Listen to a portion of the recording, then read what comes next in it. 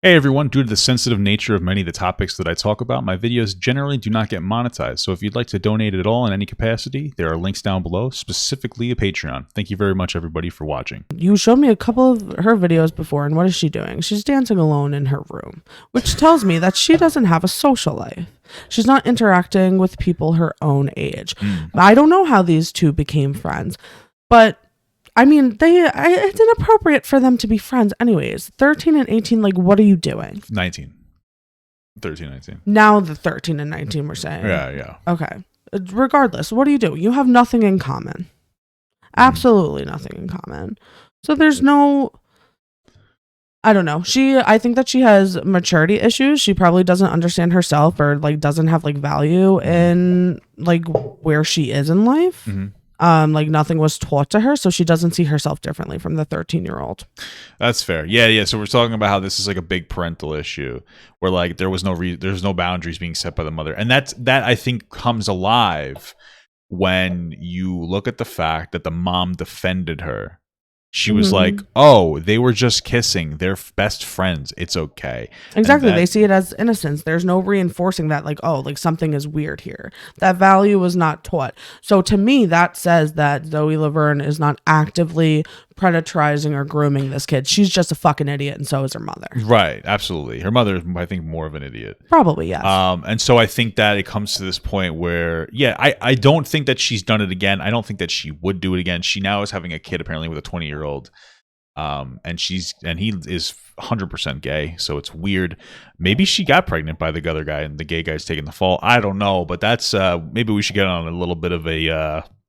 I think that Zoe Laverne is irrelevant. I think that the fact that she even has a platform is stupid in the first place. Like, just because that she's just such so like the a fact that idiot. Someone are like, oh, deplatform her. What platform does she fucking have?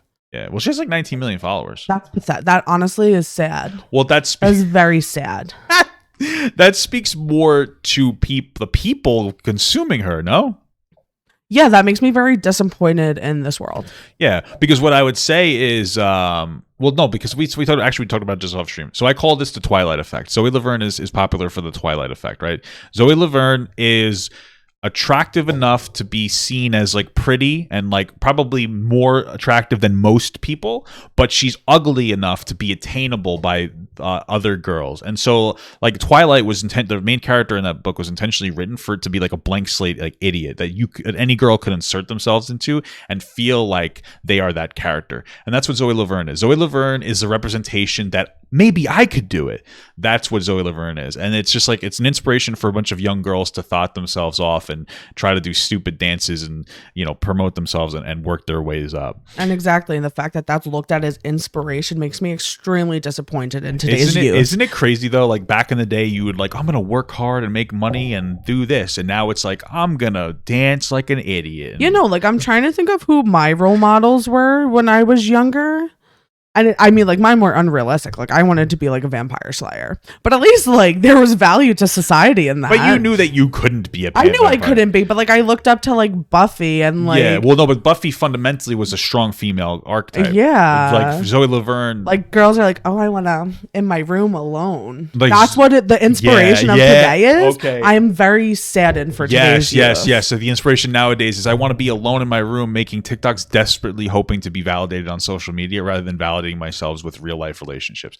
100%. That makes sense. This just like made me depressed a little for our society. Yeah, we're going down a really bad spot.